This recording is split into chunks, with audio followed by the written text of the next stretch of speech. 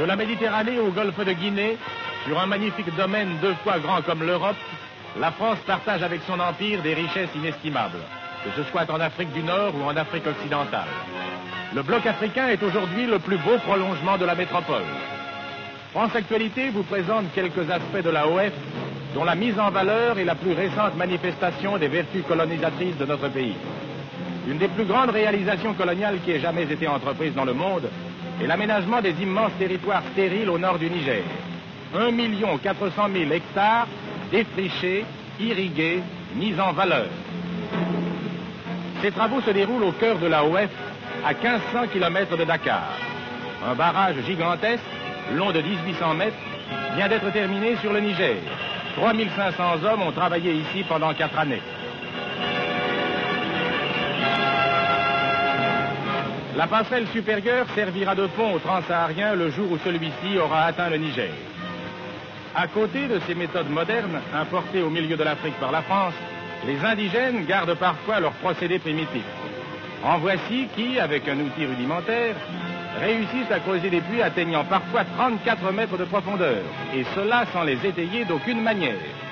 C'est du fond qu'ils extraient la boue aurifère qu'ils vont laver dans les marigots voisins. Cette mine fournit un gros appoint aux 4 tonnes d'or que notre Afrique occidentale envoie chaque année à la Banque de France. Serait-ce une leçon pour nos financiers orthodoxes? Ces hommes, dont le métier est d'extraire le métal précieux, préfèrent utiliser en guise de monnaie un petit coquillage, la cori. La richesse naturelle qui fut la première exploitée, c'est la forêt luxuriante due à l'abondance des pluies.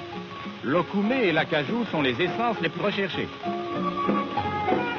Par ailleurs, depuis quelques années, la production du café s'est considérablement développée.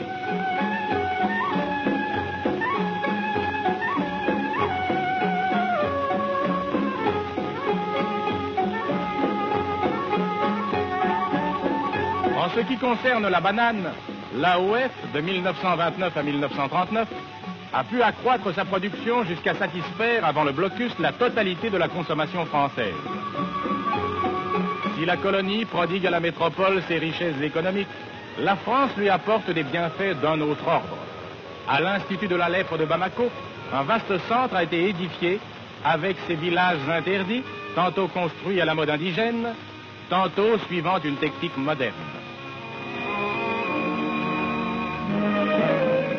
Ici, les médecins militaires se consacrent à la plus noble des tâches.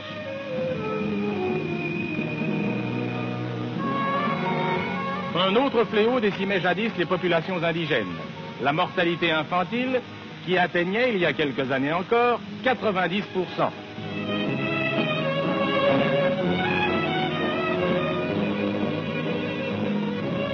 Ce chiffre a pu être ramené à 15% grâce à une organisation sanitaire rationnelle.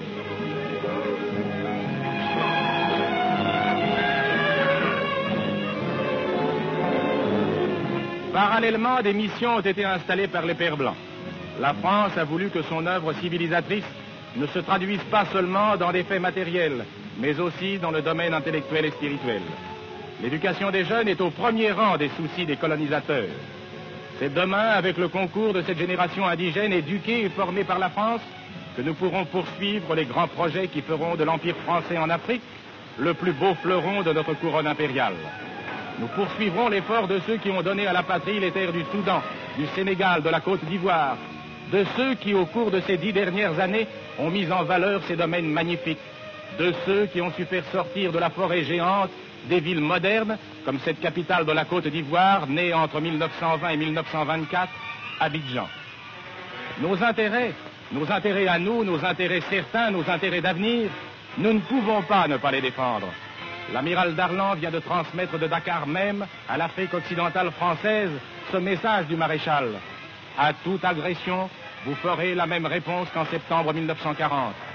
Dakar, dont tant de Français ont payé de leur vie la défense et le développement, est, malgré la distance, chaque jour plus près de nos cœurs.